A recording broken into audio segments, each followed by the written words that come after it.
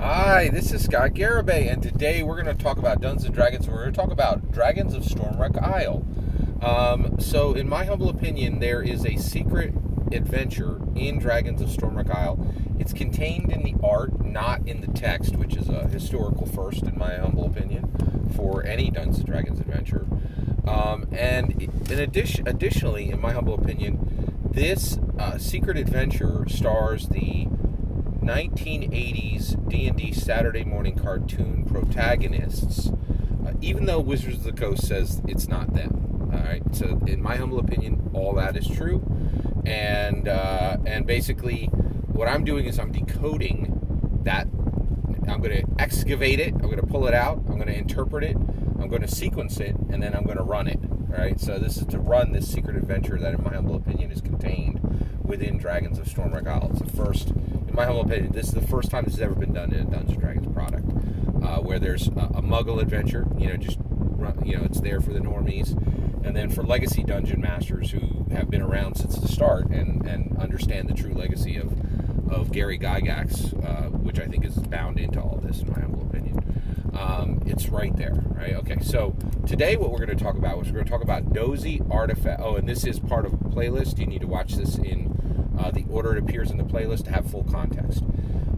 So let's go forward. Today we're going to talk about DOSI Artifact 28. So this is the adventure booklet, and it's on page 28. And the image, you can see the image right in my thumbnail for this video. And basically, it is showing, now who's in the image, right? It's 3 of the 4 1980s, clearly, in my humble opinion, it's 3 of the 4 1980s D&D Saturday morning cartoon protagonists.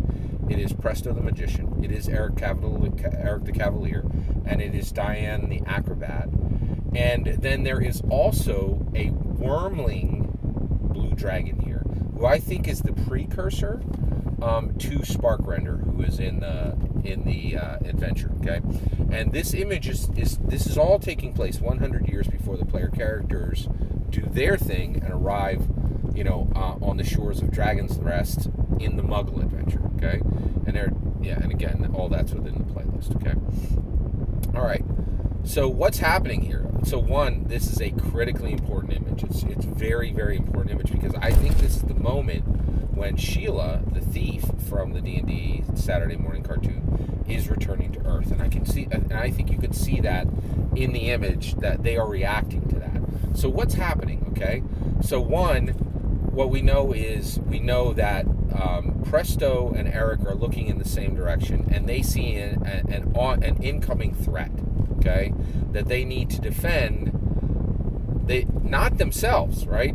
If you look at the positioning of the D&D Saturday morning cartoon protagonists, so Eric and Presto are looking at the same thing, and they're readying themselves to battle. Okay, Diana is actually shouting shouting instructions in a different direction to somebody who is off screen, who I believe is Sheila. Okay, and what she's shouting is she's saying, "Hey, move!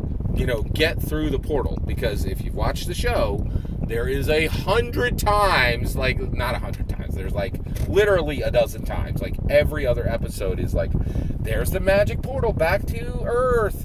We're gonna go through, but no. Instead, we save the fairy dragons.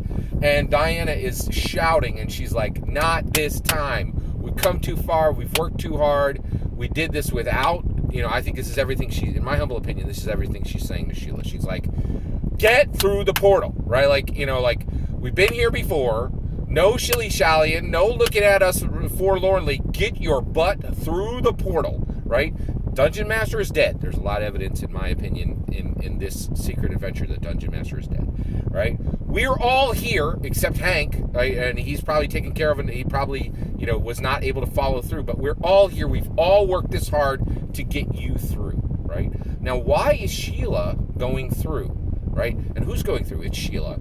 Sheila needs to return to Earth. All the rest of them are they all had opportunities to get through the portal and not go, except Sheila. In season 3, close to the end, Sheila is weeping and I can't do this anymore. I'm breaking, right? This is breaking me, right? And I think Sheila's just like, I can't stay here anymore. No more nonsense. We've opened this gate literally a dozen times. We can open this gate on the reg whenever we want. We can always just fill another quest that opens the gate. But this time, I don't care about fairy dragons. I don't care about anybody's help. I don't care about World War II. Not a joke. That is in the... Go check out... Make sure you watch that show, man. I'm not sure everybody remembers everything that's in that show. But she's like, get through, and Diana is yelling to Sheila in the picture. And I think this is very clear. She's like, get through the portal, right? Enough, right? And I think she's also saying to Sheila, we've all played footsie with this, getting through the door. And here's the thing, this is like, and one of the things that I love about this secret adventure, in my humble opinion, is showing that everybody but Sheila didn't want to leave. They wanted to stay in the D&D world. Why wouldn't they? They had dope artifacts, like, they crush everywhere they go. And they are, and Eric actually says, oh, I want cheeseburgers and hamburgers. And you're like, dude, man, you're eating roast mutton, right, over a fire every day and eating good berries. Like, were you really better off in the other world? You're probably a schmuck who couldn't get a date in the other world. Here, you're a freaking hero. It's, like, literally Eric's voiced by Potsy. I mean, come on, so it's, and all in this one image, you can see they're getting Sheila through, right? Now, it's not just Sheila. Who else? If Sheila goes, two other people go. Bobby goes. Bobby is absolutely not leaving her, his sister, right? He loves her. He has been protective of her from day one. And I think he's, if Sheila goes, Bobby goes. It's not even his choice. It's just, it happens. If Bobby goes, Uni goes. Everywhere Bobby goes, Uni goes. Everywhere Sheila goes, Bobby goes, right? It's a chain, right? And that's why I think you don't see those three in this secret adventure or anywhere in even the Muggle adventure, right?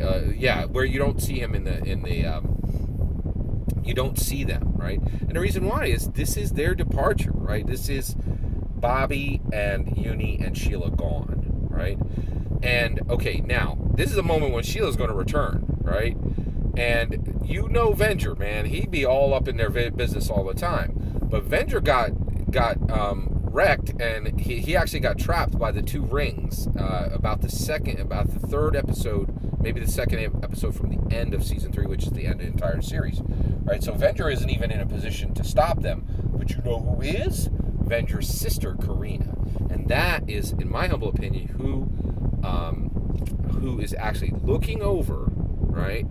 And is, and that is who Presto and Eric the Cavalier are looking over. And I think Karina's there trying to close the portal, trying to stop them exactly the way Venger was every time. And I think Karina had a deep, very, very a lot of animosity and a lot of adversity to her brother until her brother was gone.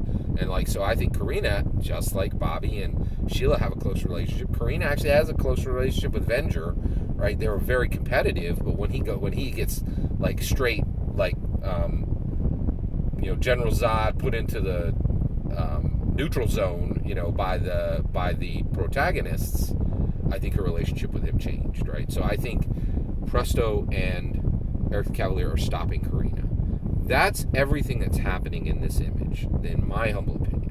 What's your humble opinion? I'd love to hear your thoughts. Let me know in the comments below. Please consider subscribing and have a wonderful millennium.